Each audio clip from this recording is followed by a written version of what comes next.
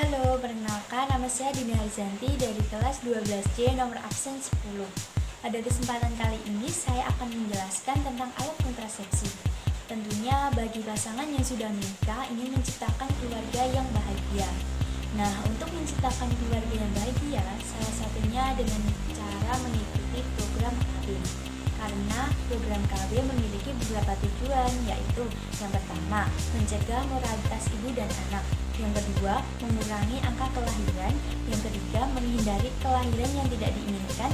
Yang keempat, mengatur jarak kehamilan. Dan yang kelima, menentukan jumlah anak dalam keluarga. Ada beberapa jenis alat kontrasepsi tidak permanen dan hormonal, antara lain IUD dan kondom. Yang pertama adalah IUD. IUD merupakan alat kontrasepsi tidak permanen dan non-hormonal. Alat ini berbentuk seperti huruf T, dipasang di dalam rahim untuk menjepit kedua saluran indung telur supaya tidak terjadi pembuahan. Alat kontrasepsi ini terdiri dari bahan plastik polietilena, ada yang dililit oleh tembaga dan ada juga yang tidak dililit. Untuk kelebihannya yaitu yang pertama, lebih praktis. Yang kedua, amat untuk ibu menyusui. Yang ketiga, dapat digunakan dalam jangka panjang yaitu sekitar 5-10 tahun. Yang keempat, efektivitas mencegah kehamilannya 98-99%. Yang kelima, tidak menyebabkan penambahan berat badan. Kemudian untuk cara pemakaiannya yaitu yang pertama, berbaring dengan kedua kaki diangkat ke atas. Yang kedua, sebelum memasang IUD, masukkan alat cucur bebek atau spekulum dalam vagina. Yang ketiga, memasang IUD dengan melipat lengan IUD. Yang keempat, IUD dimasukkan ke dalam rahim dengan menggunakan aplikator. Yang kelima, setelah posisinya sesuai, lengan alat IUD akan dikeluarkan oleh aplikator. Kemudian, potong benang yang akan menggantung pada leher rahim hingga vagina sekitar kurang lebih 2-4 cm ya. IUD sudah terpasang. Oh iya, untuk pemasangan KB jenis ini dianjurkan untuk datang langsung kepada bidan. Yang kedua, ada kondom. Kondom merupakan alat kontrasepsi tidak permanen dan non-hormonal. Kondom terbuat dari karet atau lateks dan digunakan pada saat berhubungan seksual.